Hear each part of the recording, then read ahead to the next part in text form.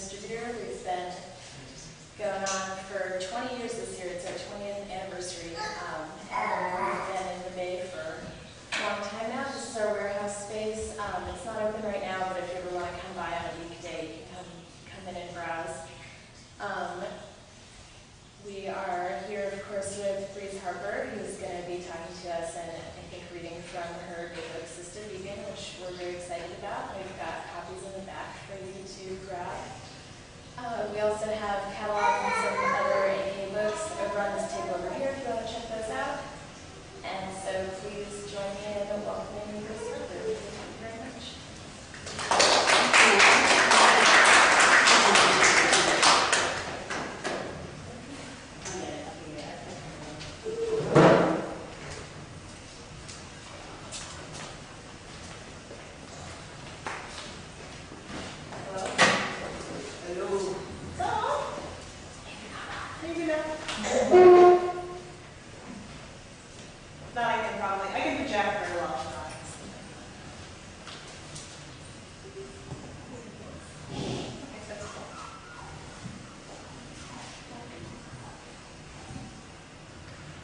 Good evening. My name is Breeze Harper, and I'm glad that you can join me for my Oakland premiere of Sistah Vegan. And I just wanted to introduce myself a little bit more. The squealing child in the background is my son. I apologize. He's a little distracting. And basically, I am a PhD candidate at the University of California, Davis, and I'm in the Department of Geography, and I'm focusing on critical food geographies with an emphasis in critical race theory, Black feminist theory, and feminist theory. And basically, I have been at Davis for about 2.5 years now, and much of my work has not necessarily been on Sistah Vegan or Black female vegans, but looking at how race, basically whiteness, manifests within vegan spaces.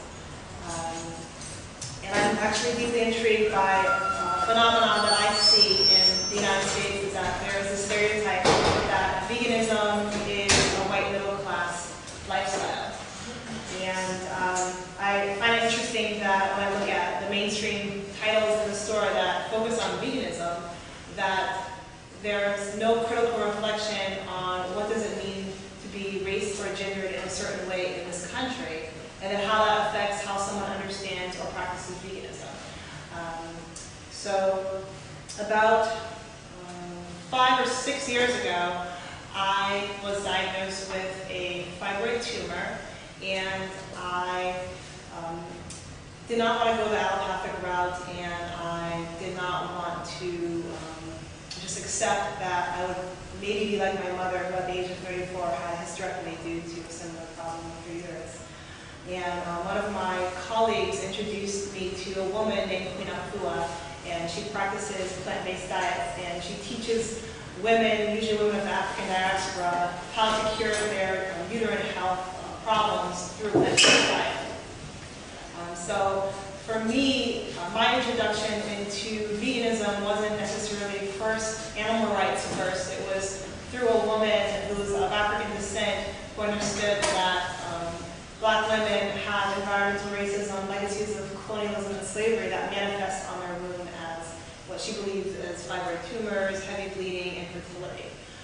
So I did a little more research, and I realized that there's this underground of Black women who actually do practice plant-based diets, but they collectively come from a completely different entry into it versus those in the white middle class demographic, where first and foremost it looks like they're more interested in the animal rights perspective first, not necessarily thinking about how it can be used as a tool of anti-racism. And then these Black women who are actually using plant-based diets as a tool to decolonize their womb, try to cure their communities from health disparities that are connected to what they perceive as racism and classism. So I found that very interesting, and I decided to embark on a plant-based diet, and I was able to cure my own fibroid tumors. And the gynecologist, I was going to confirm that by giving the sonogram and show that I shrunk them by 75%. So I found that, I was living in Cambridge, Massachusetts at the time, and I had never actually met a black identified vegan. So I was curious, is it really true that it's the stereotype that it's only a white middle class lifestyle, or is there something else going on? So I decided to do a call for papers, and the call for papers was for the Sistah Vegan Project, looking for black women who are practicing veganism for various reasons and wanting to get a diverse body of voices to ask, how did you come to veganism?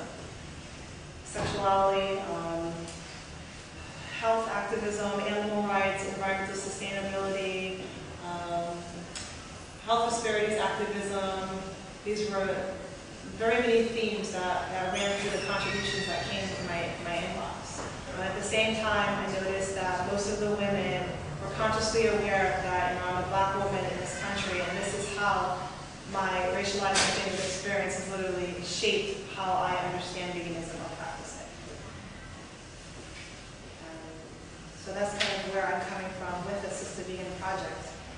And I wanted to actually read a bit from the book. So, what I found interesting, there's many interesting chapters in the book, but there is a stereotype that veganism equals healthy, and healthy means the benchmark for health is a thin, white, middle-class body.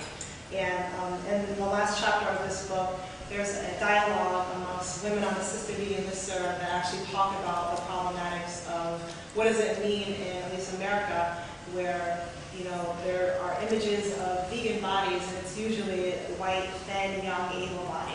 Why is there this construction that skinny equals healthy, and that if you're a vegan, by default, you should be skinny? So I was going to read from you this chapter where these women talk about body image in a way that's actually not the stereotype. So let me read from this for you. The chapter is chapter 25, Veganism and Misconceptions of Thinness as Normal and Healthy. In the year 2006, I initiated a discussion about body image on the Sistah Vegan Yahoo listserv. The Sistah Vegans had an honest dialogue about how we felt about our bodies. As women of the African diaspora practicing veganism, we expressed our experiences with struggling to fit the normal model of how our bodies should look. Some of us spoke of being ridiculed for being too big to be a vegan. Others spoke of how we were ridiculed for not having enough curves or a booty like a real black woman. Below is the first message I sent to the listserv. Dear ladies, a few months ago we had an interesting dialogue about body types and the challenges to debunking the myth that being vegan doesn't mean that everyone will be thin. Furthermore, thin does not equal healthy for everybody. Last night, I just finished reading a chapter out of the book, Recovering the Black Female Body. It's called On Being a Fat Black Girl in a Fat-Hating Culture by Margaret Bass. It was really good, and it got me to thinking about the conversations we've had. There's a quote from Margaret's essay in which she talks about how one is not allowed to be outwardly racist or sexist in American society because it's not politically correct in the U.S. anymore. However, people who are fat, and she uses this word because she doesn't feel that using a politically correct word for it is productive, are constantly receiving prejudiced remarks and comments that sound like it could be from the same mentality as racism and sexism. She quotes from Susan Bordeaux, who talks about how U.S. society views people who are fat. Begin quote. The obese embody resistance to cultural norms. The obese, particularly those who claim to be happy although overweight, are perceived as not playing by the rules at all. If the rest of us are struggling to be acceptable and normal, we cannot allow them to get away with it. They must be put in their place, be humiliated, and defeated. End quote. Now Margaret continues by commenting on Susan Bordeaux. Begin quote. I'm defeated. I am humiliated and put in my place, and as I write, I marvel at how closely related this language is to the language of racism. My racial self would never allow this, but my fat self concedes, gives up. I don't think my middle-class person, I don't think any middle-class person woman in this country can be fat and happy. Despite the worthy efforts of fat acceptance crusaders, I don't believe they've made a dent in this culture's prejudice against fat people. Oh, you can love your life, have a great job and great friends, a wonderful marriage or partnership, but fat and happy? Not likely. Ask Ginny Crane, the Diet Center, and Weight Watchers, Overeaters Anonymous. Consider the hundreds of women who would rather expose themselves to the risks of dangerous drugs than to be fat.